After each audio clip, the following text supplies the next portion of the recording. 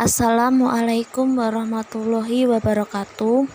Kami dari kelompok 8 yang beranggotakan saya Zenuari Devitasari, NIM 192111179.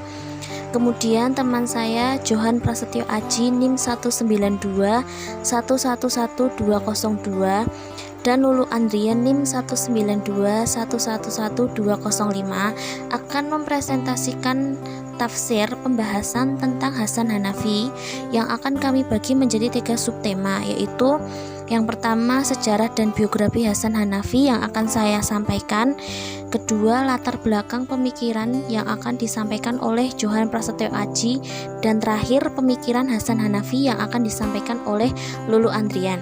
Baiklah, di sini saya akan menyampaikan subtema biografi Hasan Hanafi. Hasan Hanafi dilahirkan pada tanggal 13 Februari 1935 di Kairo, tepatnya di sekitar tembok benteng Salahuddin, daerah yang tidak terlalu jauh dari perkampungan Al-Azhar.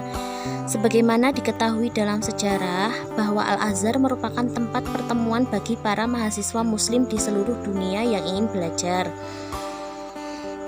Hal ini mempunyai arti penting bagi perkembangan awal tradisi keilmuan Hasan Hanafi.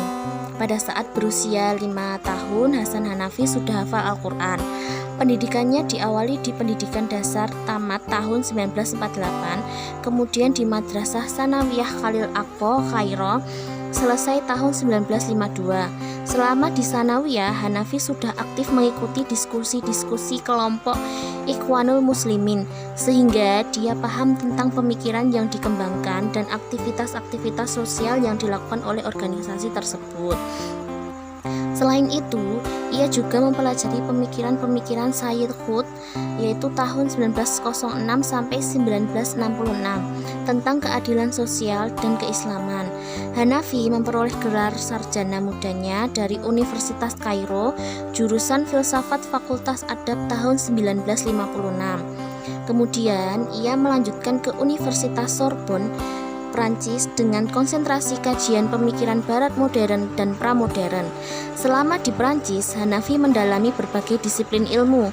Ia juga mendalami beberapa metode berpikir, mulai dari pemikiran fenomenologi Husserli tahun 1859 sampai 1938 yang mengakui kebenaran empiris, kebenaran teoritis atau akal, dan kebenaran nilai. Kemudian, ia juga mendalami pemikiran pembaruan dan sejarah filsafat Jean Gottion tahun 1901 sampai 99, sampai analisis kesadaran Paul Ricoeur tahun 1913 sampai 2005. Pemikiran Louis Massignon tahun 1883 sampai 1962 dalam bidang pembaruan. Perjalanan ilmiah Hanafi selama di Perancis berlangsung selama kurang lebih 10 tahun yang membuatnya memiliki kesan abadi pada perkembangan intelektualnya, yang membuatnya berucap, "Itulah barat yang aku pelajari, aku cintai, aku kritik, dan akhirnya aku benci."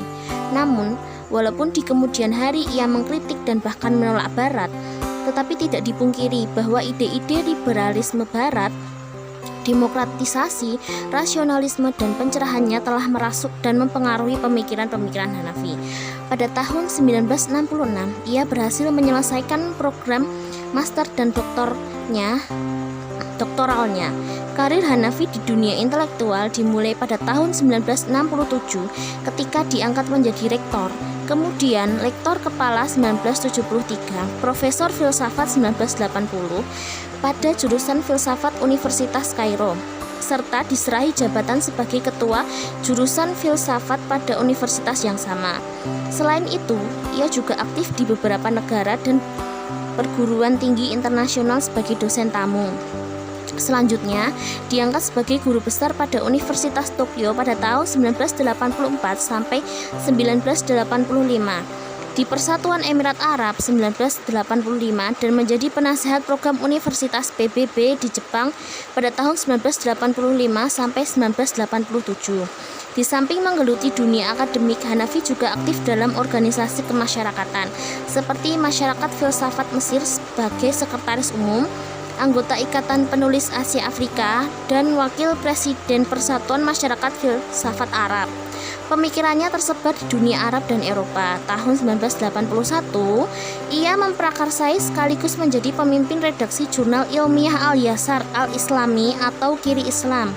Seperti yang telah diungkap di atas, meskipun Hanafi menolak dan mengkritik Barat, namun ide-ide Barat telah mempengaruhi pemikirannya. Oleh karena itu, Kazuo Shimogaki dalam bukunya Kiri Islam mengatakan bahwa Hanafi adalah seorang modernis liberal seperti Lutfi Assi Said, Toha Hussein, dan Al-Ahod. Salah satu keprihatinan Hanafi adalah bagaimana melanjutkan proyek yang didesain untuk membuat dunia Islam bergerak menuju pencerahan yang menyeluruh. Hanafi melihat umat Islam pada masa itu berada dalam ketidakbebasan, keprihatinan, dan berada dalam bayang-bayang negara Barat. Sekian materi yang dapat saya sampaikan mengenai biografi Hasan Hanafi. Kurang lebihnya saya mohon maaf, dan materi selanjutnya akan disampaikan di audio Saudara Johan dan Saudari Lulu. Wassalamualaikum warahmatullahi wabarakatuh.